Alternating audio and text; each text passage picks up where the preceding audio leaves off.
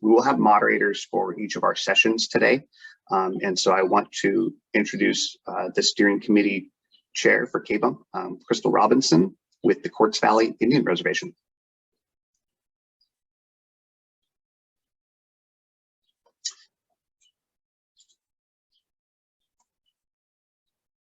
Hold on one second. We are just going to make sure she is available. All right. Sorry for the delay here, folks. Well, we are almost there. Crystal, a lot of names here. All right. Hi, Randy. Hi, Crystal. Thanks for the intro. Sorry, Yes. I had a little IT issues there. I'm not the greatest with that. And I'll pre-apologize if I don't see a question in the chat or the Q&A. I'm going to do the best I can. But without further ado, I will introduce the first speaker. It's going to be Suzanne Kelson. She works with McBain Associates and the University of Nevada out of Reno. And her presentation is titled Putting Fish and Fish Food in the Framework, Using Bioenergetics Models to Evaluate Flow Regimes in the Upper Shasta River. Yeah, thank you. Can we see the slides okay? I'll assume so. All right, well, thanks everybody for tuning in this morning, and thank you, Randy, for your efforts in coordinating the KBUMP. It's my pleasure to present this work again here. It was a few years ago when we were just getting this work started that I also presented here, so it's nice to revisit with this community again. So today I'm going to talk about work that I did while I was a postdoc at UNR, but I'm currently working with McBain Associates, but this work is largely in collaboration with McBain Associates, Trout Unlimited, as well as researchers at UNR. So we know that alterations to the streamflow regime are rampant. In California alone, about 80% of the streamflow gauges experienced reduced monthly flows at a monthly level in at least 1 month out of the year. So while there's this broad scientific consensus that alterations to the flow regime have impacts on ecosystem function and species survival, there's really this need for tools that river managers can use to estimate the risk that ecosystems and species survival face under these altered flow regimes, especially tools that are process-based and incorporate more biology than just physical flow habitat metrics. And we know that stream flows influence both habitat and food availability to influence trout condition. Kind of the more traditional stream flow metric tools were based on these hydraulic habitat or habitat suitability curves, where we know that the river flows impact the depth and velocity of the river, which then has impacts on the quality of habitat that's available for different species at different life history stages. And this has been the primary consideration for stream flow metrics in the past. Sometimes they also consider temperature. But we know that stream flows can also have a huge impact on the structure of food webs in river systems, and particularly how that food web is constructed and how energy is delivered and passed between trophic levels to have food for top consumers like threatened salmonid species. And today that will be the focus of the presentation, is thinking about trout and how these flows influence these stream rearing trout. And so today I'm going to talk a little bit more about how we can use fish bioenergetics models, which incorporate both this hydraulic aspect in terms of how flows are influencing depth and velocity and food availability, to quantify how these changes in stream flow are influencing growth potential for these stream rearing trout in this particular life history stage when they're growing in the stream in their juvenile phase. And today we're going to focus mostly on the drift feeding behavior of trout. So trout can remain in one place in the stream column and lunge at these different food particles, and that's considered to be an energetically profitable behavior. Search feeding, on the other hand, is something that they can switch to when conditions are really poor, but it's typically not as profitable and can be energetically expensive. And a picture says 1,000 words, so I would I wanted to show a quick video of what I mean by trout foraging. This is in the Upper Shasta River on July 2nd, 2019, and you can see there's food particles flowing in the river, there's healthy biofilms, and right around the two rocks, you can see a few trout that are happily drift foraging. And when we fast forward to 1 month later, this is the video is in the same spot. This rock in the foreground might look familiar, and these two rocks might also look familiar. And you can see if you look closely, there are a few fish that are swimming around, plucking at food items, but largely they aren't drift feeding. And so what we think that these drift foraging bioenergetics models can capture relatively accurately is a synthesis of this whole picture in terms of how flow is influencing food resources and fish growth potential. And we're hoping to use these tools to answer the question, how much water does a trout need in the river and when? And in particular, we think these tools are valuable in moving towards more holistic flow management regimes. These kind of base flow approaches have been the more typical approach to stream flow management in the past, where we're really building flows from the bottom up and having to validate every single drop that we require in the water to meet a particular need for species at a certain life history time of the year. And they can be modified by the different water year type. And these certainly are valuable approaches, and they're better than having no base flow approaches or no base flow management. But we think there's opportunities and potential momentum to start thinking instead about how we can integrate percent of flow diversion approaches, where instead of asking how much water must we have in the river, we're asking how much water can we safely divert, and what is the ecological risk associated with different levels of deviation from this unimpaired hydrograph. And bioenergetics are this quantitative, mechanistic, and flow ecology relationships that we think can be used to estimate this risk of certain hydrologic alterations. And again, these won't necessarily be able to be implemented immediately or in all river systems, but it's a shift in thinking of how can we preserve the shape of the natural flow regime and all those other unquantified ecological and physical metrics that go along with that. So today, first, I'm going to talk about how stream flow recession in our study site in the Upper Shasta River influences food web level productivity that then fuels fish and fish behaviors. And then second, I'll talk about how we can use these bioenergetics models to synthesize these changes in flow and food to understand the ecological risk of different hydrologic alterations in the system. Our study site is in the Upper Shasta River, California. This is above Dwinelle Dam, so there are no anadromous salmonids. The native fish of interest that I'll talk about today are rainbow trout. But I would highlight that these methods that I'm talking about today are just as valuable for ocean migrating trout as well. This study site is an interesting site because there's a major diversion where up to 98% of the stream flows are diverted at one point.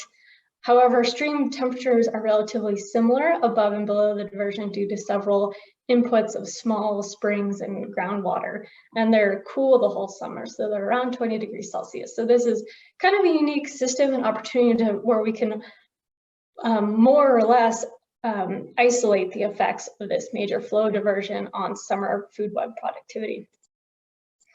And so I'll talk about how these stream flows influence the recession to build food web level productivity that fuels fish. And I'm most interested in understanding if we can predict drift flux in concentration, which is the invertebrates that are floating in the water column, from stream flow, benthic carbon production, and benthic invertebrates. And we're interested in this variable because it's an important input to the bioenergetics models that could be used at our site and also at sites regionally. And then second, we'll try to understand how fish are responding behaviorally to these changes in flows and resources. We monitor productivity at several sites, both above and below the diversion dam at our site in the Upper Shasta River. We monitor benthic biofilms in situ chambers, drifting invertebrates, and benthic invertebrates over the course of the summer, as well as fish foraging behavior in two focal pools with these underwater cameras. And we predicted that as flows declined in the summer, we would see a decline in primary and secondary productivity that would be accompanied by a decline in drift and stream flows at the end of the summer. So this is what we thought we might see, where benthic biofilm and benthic invertebrate production are mirrored here, where they're increasing and throughout the early part of the summer and then decreasing and tapering off as flows become lower and more limiting. And we also thought that production in general might be lower or negatively impacted below the diversion, and that drifting invertebrates would be high at the end of the summer and then decline with this decline in lower trophic level productivity. We were surprised to find that this is not what we saw. We did see that stream flows declined greatly below the diversion. This is the top panel here, where below diversion flows really drop off towards the middle of July, where they remained at a much higher level above the diversion. But benthic biofilm and benthic invertebrates did not seem to decline in synchrony with this decline in stream flows. Instead, they slightly increased over the course of the summer, and this increase was even a little bit higher below the diversion than above. However, drifting invertebrates did what we predicted, where they really declined over the course of the summer, and below the diversion, drift flux reached almost nearly zero. And so this was interesting to us to understand that drifting invertebrates in this system, the flux at least, was not necessarily limited by the availability of benthic invertebrates, and that flows are really an important piece in transporting benthic invertebrates into the water column and making them important or available for fish consumers. However, I want to bring up that there is a difference in between drift flux and drift concentration. So drift flux is a good summary of how much drift is available in the entire water column, which is tightly linked to how much flows are also in the water column. But drift concentration, on the other hand, is the amount of bugs that are packed just within a single cube of water. And there have been variable relationships reported about whether drift concentration changes with stream flows or not. And in this case, we found that drift concentration itself did not decrease with summer low flows. So this is an interesting finding, and I think something that could be continued to be studied and replicated so that we can understand this relationship better in between flow and drift concentration in this river and more regionally, because it is an important input to these bioenergetic models, an important contributor to the transfer of energy between food webs, or between food web levels. We did, however, find that trout switched to benthic foraging 1 month earlier below the diversion. So above the diversion, they were drift feeding all the way through the beginning of August, and even about 25% of the trout continued to drift forage through the end of the summer. Whereas below the diversion, fish switched to benthic feeding from drift feeding an entire month earlier. So this suggests potentially a huge loss in growth potential, because it's a loss of this profitable drift feeding behavior for an entire month in the summer, which is a key window for these juvenile rearing life history for rainbow trout.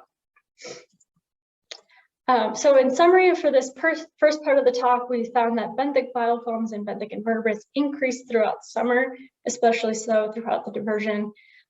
Interestingly, this was not accompanied by a loss, but interestingly, this was not mirrored by drift, and we saw that there was a loss of drift flux below the diversion. So the total available food resources were greatly limited at the end of the summer, and even more so below the diversion. But there wasn't this huge decline in drift concentration, or the amount of bugs packed per single cube of water that was related to flow. So there's more exploration to be done there. So with that, I'll switch to the second part of my talk, which is understanding how we can use bioenergetics to synthesize flow in food to make stream flow recommendations. And there's the first initial understanding that we needed to do was just to understand when water diversions are most impactful for energetics. And then moving on to the second question, we'll discuss what is the maximum flow diversion rate that would provide protection for fish energetics over the course of 50 years that included dry years and wet years. And I'll highlight here that the software that we used to do these bioenergetics was intentionally a very user-friendly software. It was developed by Sean Naiman and his colleagues, and there's a graphic user interface and a very nice instruction manual. So this is potentially something that somebody who has no programming experience, for example, could pick up and run with, and could easily replace some of these habitat suitability metrics that are more physical and less process-based oriented. The output of these bioenergetics models is the net rate of energetic intake. So I'll refer to that as NREI for the rest of the talk. And this we think is a good metric for, or at least a reasonable metric for growth potential for trout in the summer months. So first, to understand when bioenergetics were most limited, we estimated empirical drift, as I talked about throughout the earlier part of the talk, throughout the course of a year. And we estimated depth and velocity using transects from a 2G hydraulic model, as well as empirical mean monthly temperatures. And we found that NREI was highest in the spring, before the snowmelt recession and before flows really became high and limited this capture success of trout in the high flow months. And then energetics were high again in the late summer above the diversion. However, below the diversion, we saw that these energetics or NREI really dropped off in August, October, and December. And this mirrored the loss in stream flows and drift flux. Overall, we also found that pools tend to be more profitable than riffles. And so moving forward, we'll tend to focus on these pool habitats with the idea that any gains that are made in pools would be mirrored would be accompanied by gains in riffles as well. And we found that this greatest percent energetic loss occurred in the low stream flow months. So it was the highest percent energetic loss, which was almost over 90% above the diversion, or below the diversion loss compared to above the diversion in these pool habitats and riffle habitats, was at the end of the summer, where we also saw almost over 90% reduction in stream flows at the end of the summer. Oops. So that takes me to the second part, where we were then wondering how we could use these bioenergetics models to understand what the maximum allowable diversion rate would be to protect fish energetics, given that there's natural variation in flows and dry years and wet years. So there might be some years anyways when we would expect growth potential to be low historically, and some years when we expect growth potential to be higher. So we developed flow scenarios using a long-term record from the Trinity River above Coffee Creek, and we used a correction factor to create an unimpaired flow record at the Upper Shasta River from the gauging that we had done there for a fewer number of years. We used daily flow on the 15th of the month for all 60 years that we had these unimpaired flows from. We used the same depth and velocity transects from a 2G hydraulic model, and then we synthesized a drift model using drift from this study as well as another study that collected drift in the same study site in a dry year. And we used mean monthly water temperatures from our monitoring, and we ran these models for 5, 10, and 15 centimeter fish. But I'll talk mostly about the 10 centimeter fish today because the patterns were similar for all size classes. So these were the flows that we included in our simulated scenarios. We looked at the impacts of unimpaired flows on NREI, as well as 25%, 50%, and 75% diversions. And we found that intermediary flows predicted the highest NREI. So this is this kind of hump-shaped curve is something that might look familiar to somebody who's looking at WUA curves, where we see this peak in NREI at medium, low to high-ish flows, but then it declines at really high flows again, and that's related to those decline in prey capture success at high velocities. And so we use these NREI flow curves to then understand what the impacts of these flow scenarios would be on NREI for these 62 years. And that brought us to this comparison of NREI under these different flow scenarios at a monthly time step. And we found that in May and June, which was especially in May, these scenarios where we were diverting more water actually predicted higher NREI in May and June, and I'll talk about that more in a minute. But in July, August, and September, these higher diversion scenarios almost had a very predictable and kind of linear decrease in NREI throughout the course of the summer. And so the next thing that we did was a pairwise comparison. From here, I'm just showing the 25, 50, and 75% diversions, but we did this from 0 to 75% diversions at 1% increments. And we said, at what is the maximum diversion rate at which we see that NREI is not significantly lower than it would be under these unimpaired conditions. So in other words, what is the maximum diversion rate where NREI would be the same or not statistically different from unimpaired conditions? In May and June, this resulted in really high diversion rates, and I'll talk about that again in a second. In June, July, and August, this resulted in diversion rates of 16% in July and 9% in August and September. And when we pull those out as flow recommendations, we see that the unimpaired flows are slightly lower than the flow in the river, but the NREI here in this plot on the right falls within the range of NREI that would have been observed under unimpaired flows over these 62 years. And in May and June, we didn't move this forward in these months because we think that these bioenergetics models are probably not the best way to approximate growth potential in these months. There's this sharp decline in prey capture success that occurs at high velocities in these models that we think doesn't necessarily represent true conditions, because fish are pretty good at finding small refuges.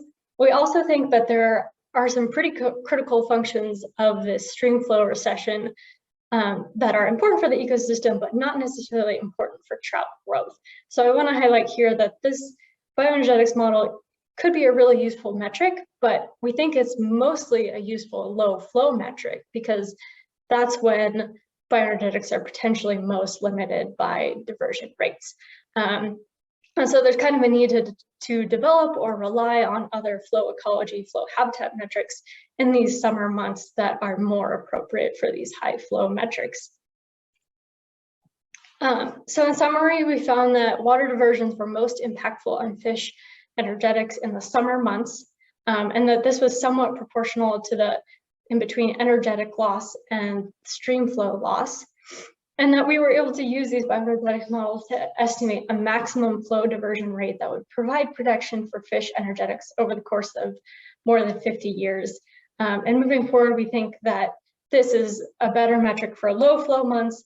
And I also want to highlight that this process interfaces really well with the percent of flows or holistic flow management scenarios and other flow ecology relationships, especially ones in the high flow months, could be integrated into this same kind of pairwise comparison estimating risk framework that we developed to understand the maximum diversion rates.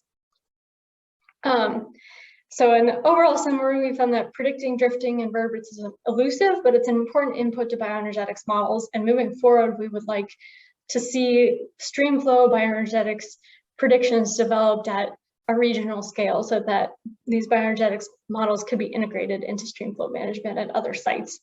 And these bioenergetics models are a process-based way of incorporating fish and fish food into the flow recommendations and maximum flow diversion process. But they're likely to be most useful in determining low flow recommendations. With that, I want to say thank you to our funders and partners. And if I have time, I'll take any questions in the chat. Thanks, Suzanne. Yeah. Great study, great presentation. I haven't seen any questions in the chat or the Q&A box at this time. If anybody has anything they want to put in there for Suzanne, otherwise you could follow up with her offline as well.